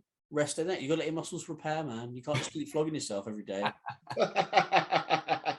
Learn that at uni, mate. Yeah, you look after the muscles and let them repair themselves. Don't just drink 24/7, smoke all the time, and not ride.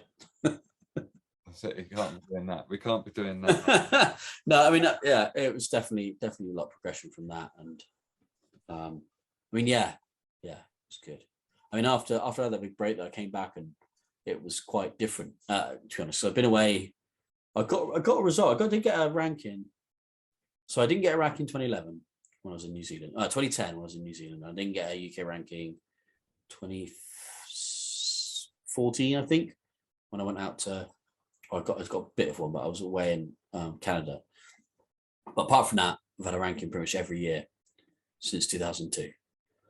But it's a fair time on a board, man.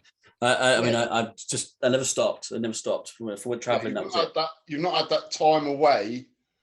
You've had time away, but you've been doing other board sports, whereas you've not had that sabbatical at all.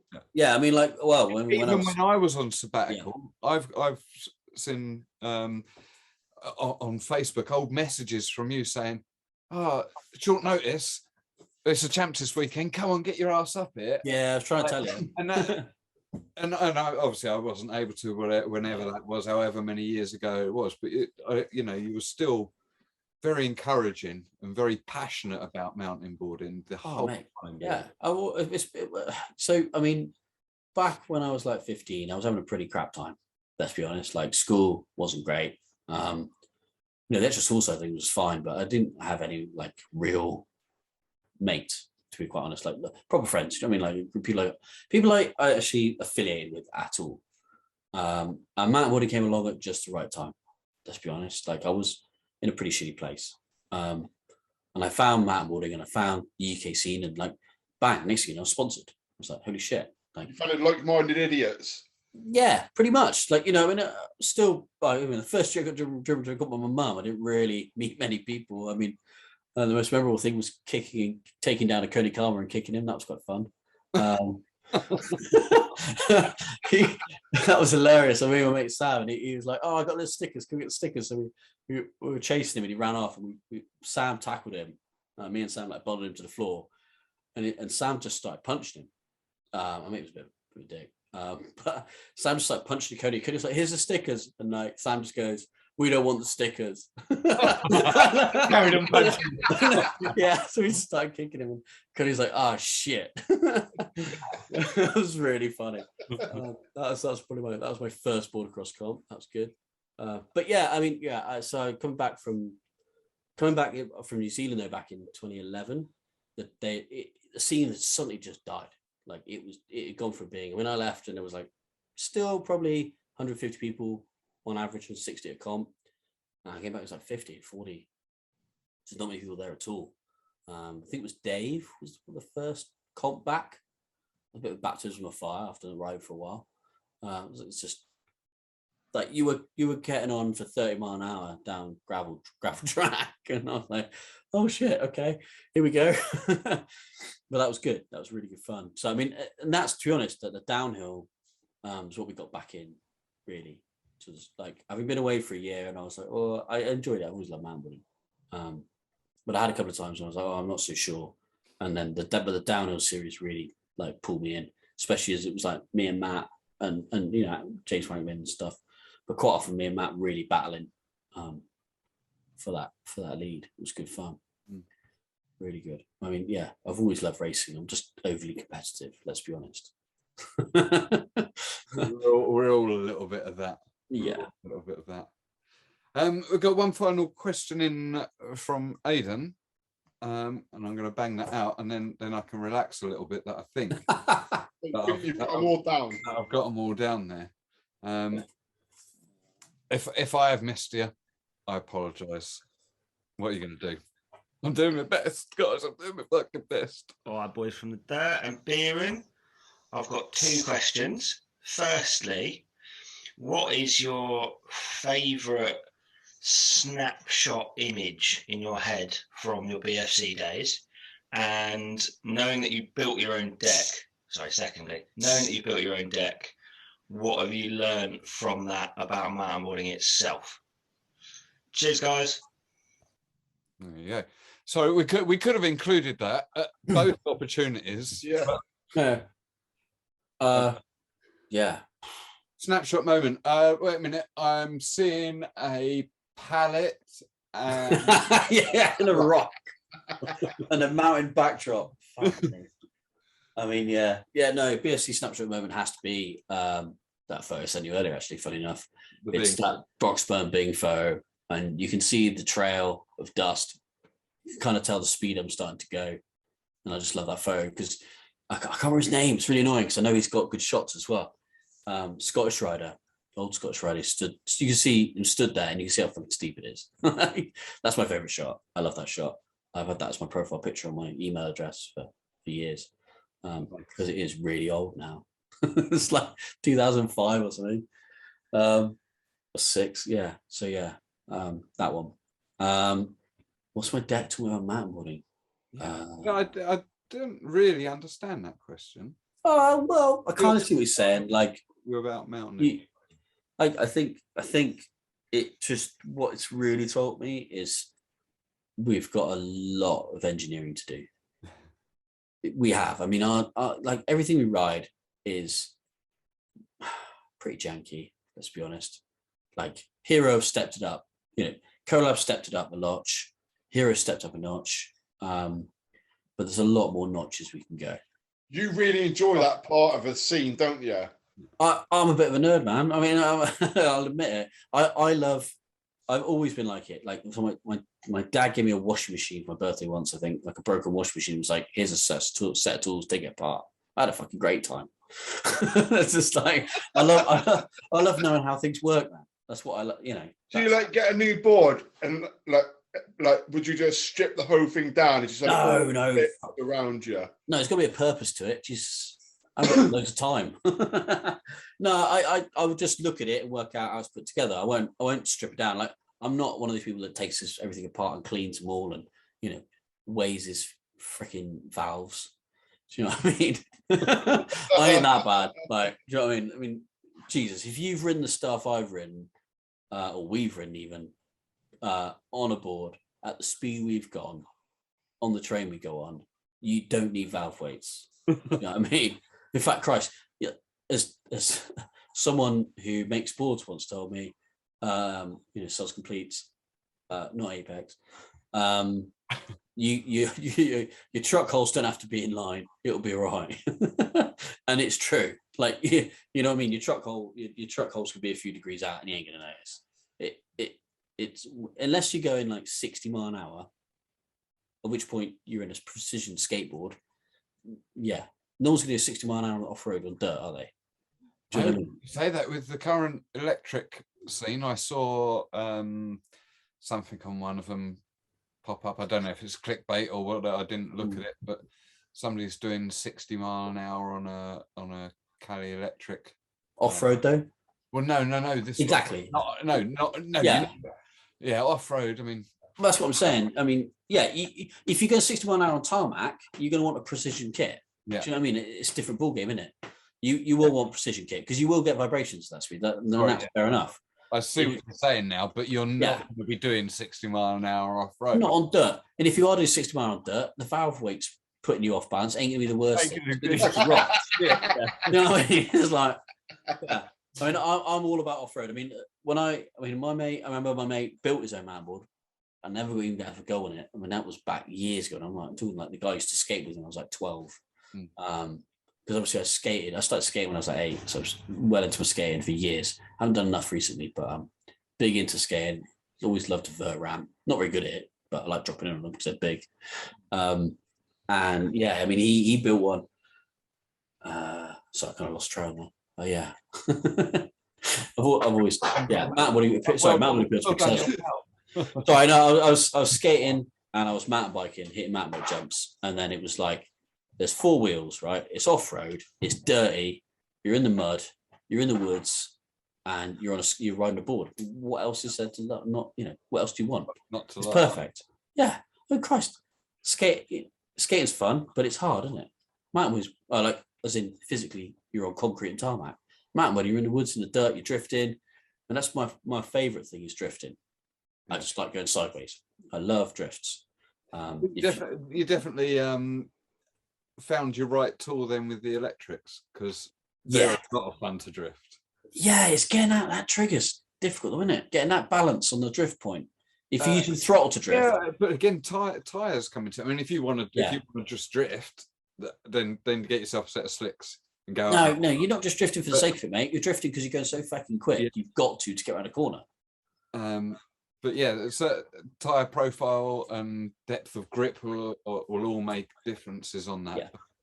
Like that, if you get yourself some nice loam, doesn't exist down in Cornwall, obviously, but if you get yourself a nice loamy area, you get some drifts going on them. That's for sure. Yeah. Oh yeah, no, they are good fun for drifting. I mean, still trying to get the inertia drift thing with it. I mean, that's definitely something I want to sort out. Like where you just like on a mountain board. The drift point on a mountain board is really different because you're flying down a hill and when you turn, you're kind of forced into drifting. You haven't really got a choice. You know what I mean? You got gravity and that sort of momentum with you. Whereas on an e-board, when you let off the throttle, you're kind of braking. So that kind of power drift thing's really, really different than an e-board.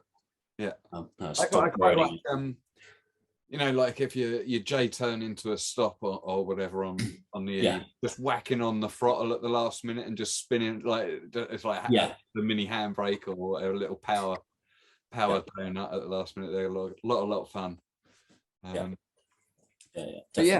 Look, we're starting to move towards the last little section of it. I think we've still there's Slogs' other question outside of his 10 set that we haven't done yet, and as you've got 2 boards to talk about, maybe we should get that done. Over to you, Slog it.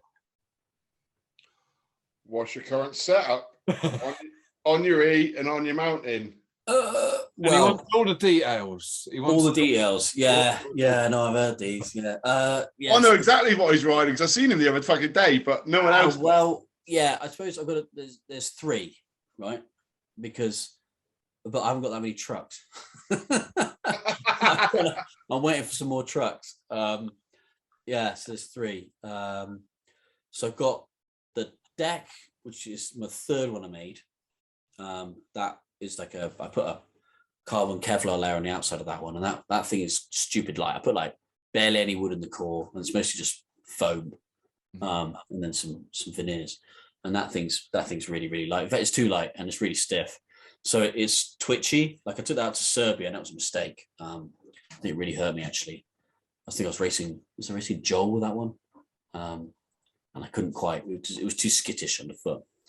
But that for freestyle is brilliant because you pop and you are just gone, like fully airborne. Like you can get really, really high on it. It's so light, it's like having nothing on your feet. So that would be, it's hard to really say, but yeah, the old MBS alloy hubs, T1 tires for racing, some bearings that I've done custom stuff to make them faster because you have to do this in the world now. You have to have bearings that you've hacked about a bit to make them quicker. They don't last very long, but they're bloody quick. So you want nitty gritty, that's nitty gritty. Spacers, bearing spacers, Jesus. The fact that people don't do bearing spacers properly just really bugs me. That's like a proper engineering thing. The pain, honestly. The pain is so real for me for that. Kind of very frustrating. Apex air trucks. It was the old channels, MBS channels or Tramper channels, whatever it was about. But yeah, Apex airs now. And then I like my F3s from doing downhill mountainboarding. I like normal mountainboarding, it's F3s all the way because you're not on it long enough to hurt your feet too much. So F3s. What else to be on there? And then that deck I made. And then but all of these, like I've got the mount plate for the ESC on and the holes drilled for the batch box. Mm-hmm. So I just chuck the batch box on, chuck the ESC on, and swap the axle over, and I've got an e-board set up. So I've got axles like permanently set up with e-board stuff on them, to like drives on them, so I can ride them. So my other board is the first one I ever made, which has just come back out of retirement. That's quite nice. I quite like that one, the clown face one. Mm-hmm. So a clown face stencil on it. That's got a W concave as well, which is actually really nice on the foot. I went off it, like wasn't quite arch support, right. Inbuilt arch support for you. Yeah. Oh mate, it's lovely. Yeah, I mean that was an idea I had. Back in I think Cody gave it away, but I just bought a W concave longboard and I was like, shit, I'm gonna make my first W concave, wicked. And also the way I did it made it stronger as well. So that like helped that give it the pop and stuff. So yeah, that one's pretty cool. That's again like I won't go too much into it, but it's wood core, foam, and then veneers. Again, carbon Kevlar layers, stringers, and like diagonal carbon as well, where you need it. Kind of like the Hero, but a bit more technical. The core layups more technical, I'd say.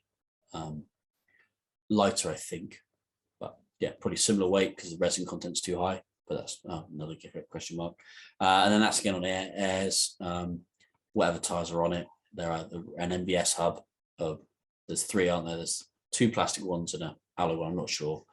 If I'm free riding, I like T3s. If I'm racing, I want T1s. And if I'm on the e-board, it's the shit slingers. Yeah. Because they're nylon. I think those ones, which are pretty like tough. How are you getting on with your Apex airs, and what setup are you using? What durometer rubbers are you on? Oh, I don't know what duro they are, but the green's on deck side, and then I've got whites on roadside. The green, like chubbies, they're called.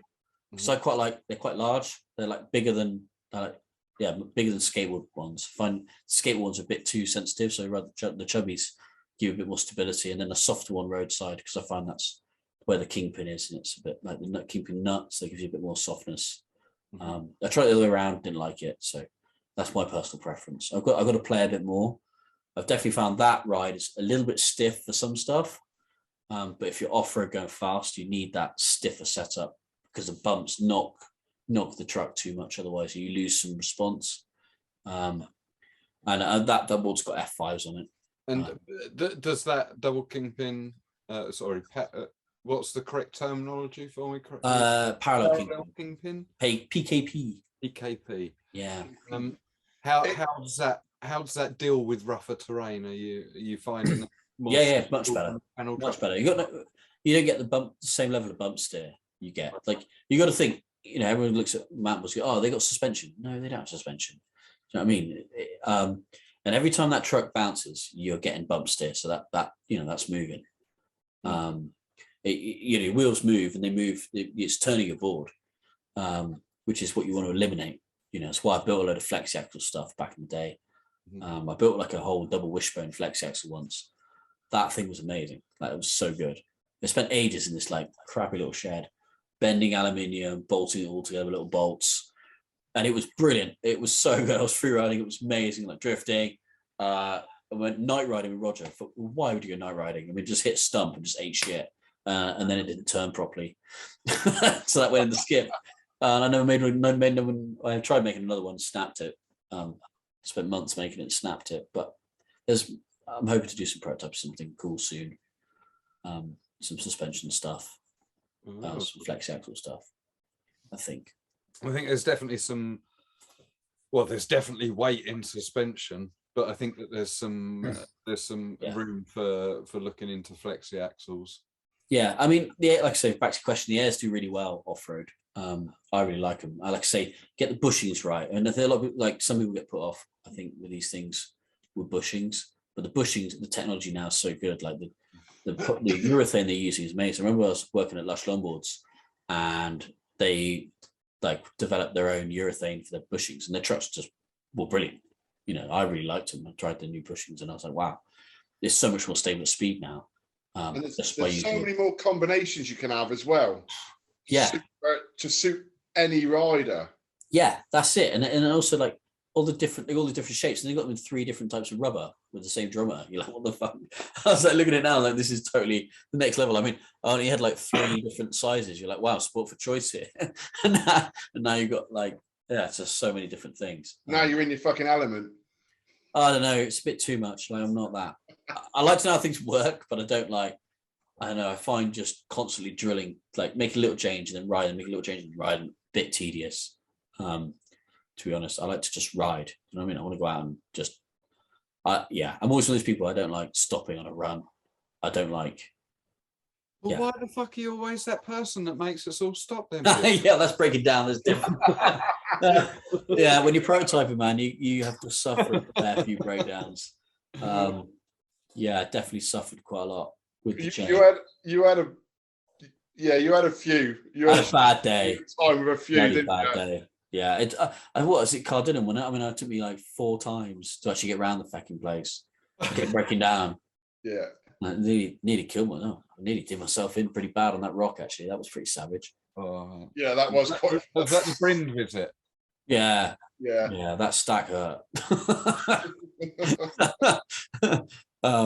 And yeah, trying to ride that board home was really hard. it was so bugger by that point. Well, you like drifting; it just drifted the whole way. Crabbing. Like that dude just dragging some limp leg home. My arm was fecked, my elbow was all shot. Yeah, it was pretty funny. I've been back now. I've had a couple of good runs around there.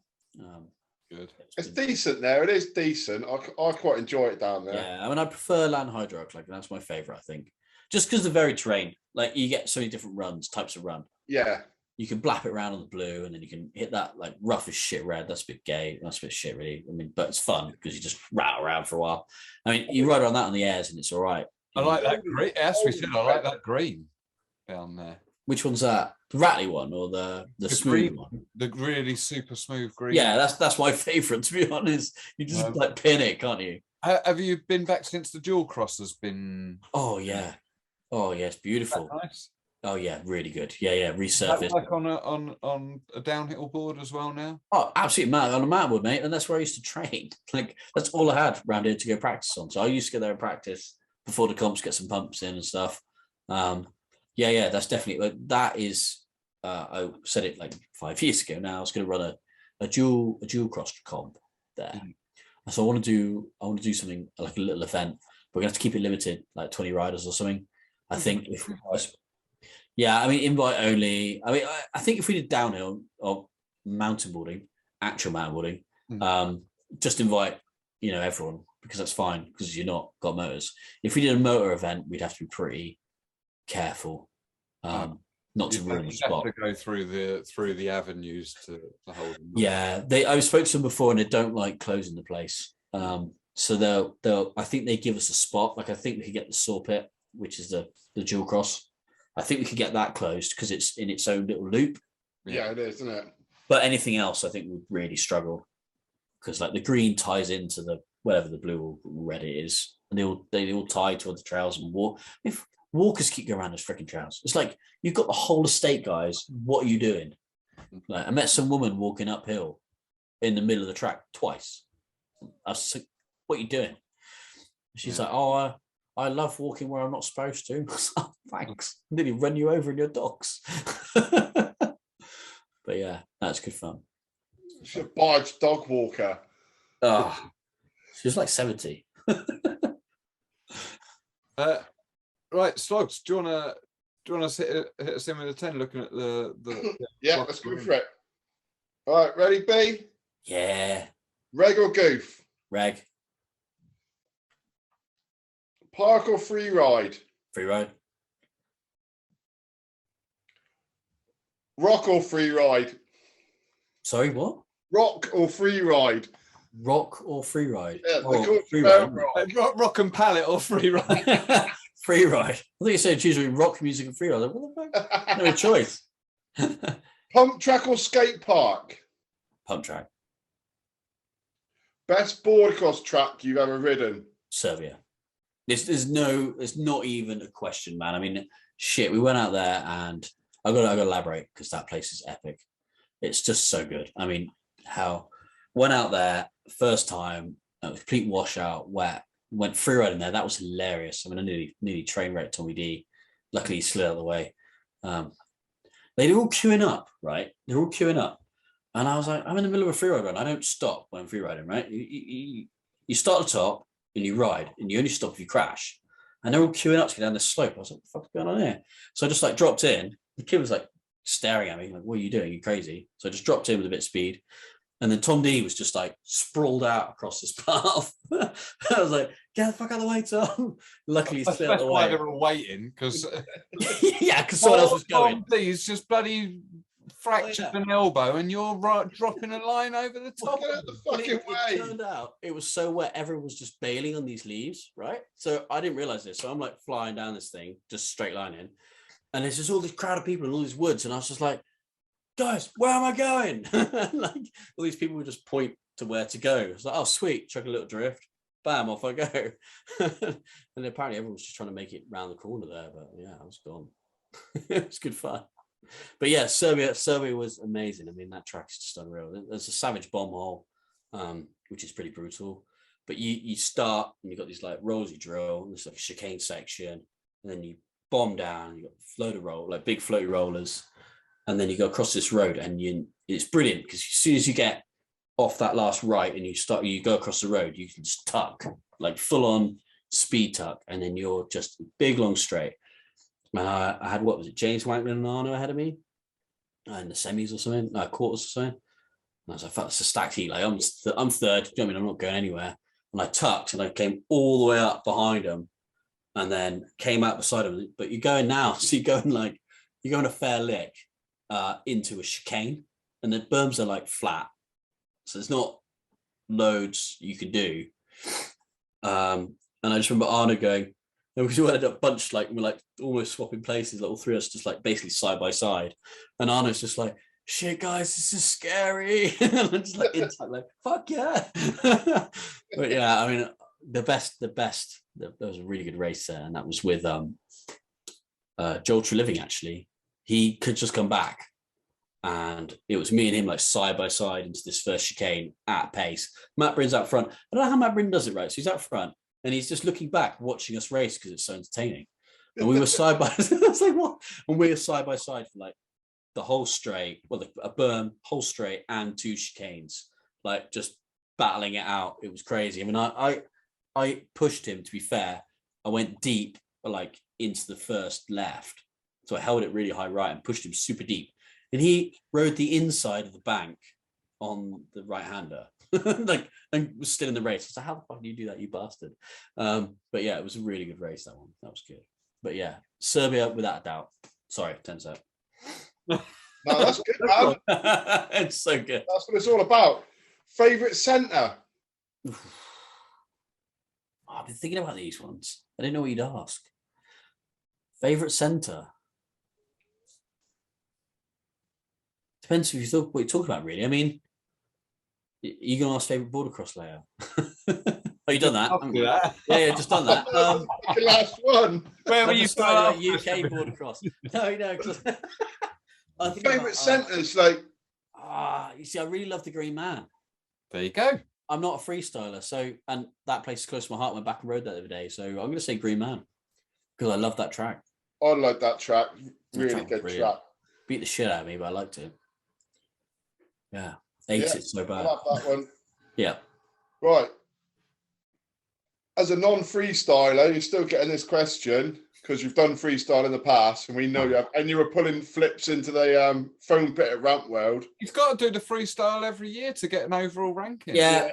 I do some straight airs. I mean, I woke up so hungover. The last comp I did, what was it? You have to have 2 jumps to qualify to get a ranking. So I did 2 jumps. That was it. That's like, yeah, done. Sorry, anyway, yeah. So we've got a favourite trick to watch someone else do first. Oh, favourite trick to watch someone else do? I really like, is it a look back 3? Where like you do a 3 and then you sort of like turn the board back. It's like a half rewind 360.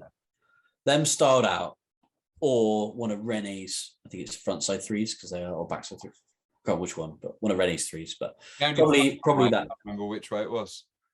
Yeah, some of these do the 3s where he's like flat and it's just boned out real nice. But yeah, I'd say that, I mean, where they spin lots, I'm just like, it all starts to look the same, doesn't it? And I don't want to see any more laid out backflips as long as I live. All of them. Wow. Superman backflips. Oh. Sorry, James. Right. Your favourite trick to do? Freestyle. Yeah. Not now, but ever in the past. If we're going past, like back when I used to have on, well, yeah, I really enjoy the front flip. Like I had a couple of nice ones. I really like that. I mean, I suppose I'd just say a big air shifty, to be honest, because there's nothing better than just boosting as hard as you can, grabbing that board and shoving it 90, boning it out and just holding it until you think if you don't let go now, you won't land straight. That's probably the funnest thing I think you can do, because I just like going big and landing deep on the bottom of the landing because I think it's fun. This makes you giggle. But yeah, the front flips, I mean, I did really enjoy the front flips. Electric or mountain board? Well, you can't ask that question. I just fucking did. Oh, shit. It's like when I went snowboarding the first time. It's fun, but you never get to put yourself in that situation where if you don't just ride it out, you're gonna crash. You don't get that adrenaline rush, on a snowboard. You can always hit the brakes. And it's the same on the e-board. You can always just hit the brakes. So for that reason, but you still put you said I beg to differ here, and that you said earlier in this very interview, talking about the final straight of E-bit. Well, yeah, that's different, isn't it? That was choosing to brake. Okay, so you're saying that you've got the get out of jail free card. You've always got to get out of jail free. Well, mountainboarding, the amount of times I've lost it in the woods and flown off the track into a thicket of trees and somehow made it out alive. Yeah, quite a few of those. Where you lose it and you're like, I'm gonna just wipe out here, and you get away with it. I mean, yeah, there's nothing quite like that feeling, or that feeling when or when you lose it and you hold it, or there's that place. There was one spot in LA Woods where you just had to. Matt Gayman decided to build some rollers, and they weren't rollers; it was a freaking rumble strip. Like you'd hit that, and you just rattle, and then you take off and land on a road, and then you had to turn right before you went splat into a tree. Like it was just all at once in your face. Stuff like that. You can't just pull in a power slide. You can't just stop. You got to keep going. Otherwise, you're gonna, it ain't gonna work. It's gonna hurt. So for me, it's mountainboarding. Yeah.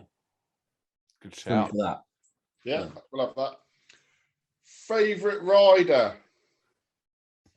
Favorite rider. I've thought about this a lot as well.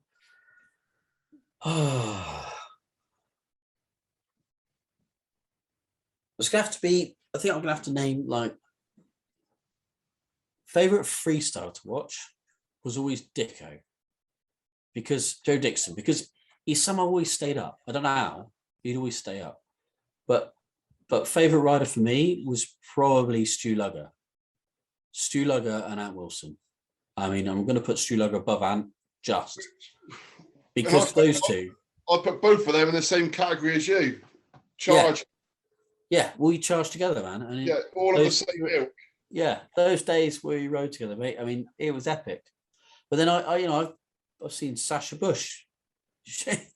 We didn't realise. She came flying down. She did it once, and she flew down. She hit this trail, and she went faster than any of us. Balls to the wall, smashed it, rode off down the bottom, and we were like, "What the fuck happened there?" Like none of us hit it that quick. She killed it, and it turned out she hadn't brought any spare clothes, and it was really wet and muddy. But yeah, no, Stu Lugger and Ant Wilson, because we used to bounce off each other. Do you know what I mean? We just bounced to each other like crazy. if one of us would always see something and do it, and even though the others would see it and go, I'd see something and be like, nah, that's a bit too gnarly. Stu would be up there, he'd be doing it. Or, me and Stu would think, nah, it's too gnarly, and I'd be up there doing it. Or I'd be the person going, I could do that. One of us would have it in our head that we could do it. And that meant everyone else unless like Ant Wilson, he'd just spank himself, knock himself out, and we'd be like, nah. And he'd spend the whole time we're in a pub going, were we just riding? Yes, Ant, we were riding. Oh, okay. We were riding. Yes, Ant, we were riding. We were right. Yeah. Yes, Ant. That's a recurring theme, isn't it? Oh man, it was brilliant. Not Callum Beamish then, not Callum Beamish. No, I went with Callum, but it was Ant. Yeah. I like the answer to that one. Yeah. Right, that's your 10 set. Thank you very much, dude. Awesome, boys. Right, it's your turn. Have a shout out to whoever you want. Shout out. I mean, everyone. Like everyone's always been there on the hill, giving it their all. It's been good, man. I mean, I've just had a great time. Like, it's wicked. I mean, one of the biggest changes I think was, or like the nicest thing recent. Well, yeah, the Worlds. Going out to the Worlds has been something really awesome. I think everyone should do it. Like, just get out there. I mean, maybe not. I say get out there to Australia. Maybe not. It's quite far away. I'd love to go, but I'm going to make it. Not with the little one and that. But yeah, definitely like go to a Worlds if you can, because the atmosphere and all those foreign riders and everything, that's like, it's so good. And especially Serbia. If Serbia happens again, man, you just go. That place is awesome. Like, the track's epic. I mean, France, it'll be fun. They put on a really good show last time. It was a really good party. The track doesn't really do it for me, but the freestyle is really good. So, Serbia's good for that. But yeah, the Worlds was awesome. Yeah, shout outs, really. I mean, all my sponsors, all the ones that, I mean, pretty much everyone sponsored me at some point. So, thank you to you all for your help. ABS, Tramper, Ride the Hill, right at the start, got me into the sport, looked after me, and helped me out later on when I needed some support, get to events and that. Big shout out to Steve Burbeck. He really helped me get like on the sport. We and him, I was his wingman for years. Just drove me around everywhere. It was great, really good fun. I mean, terrible life model, role model, but good fun.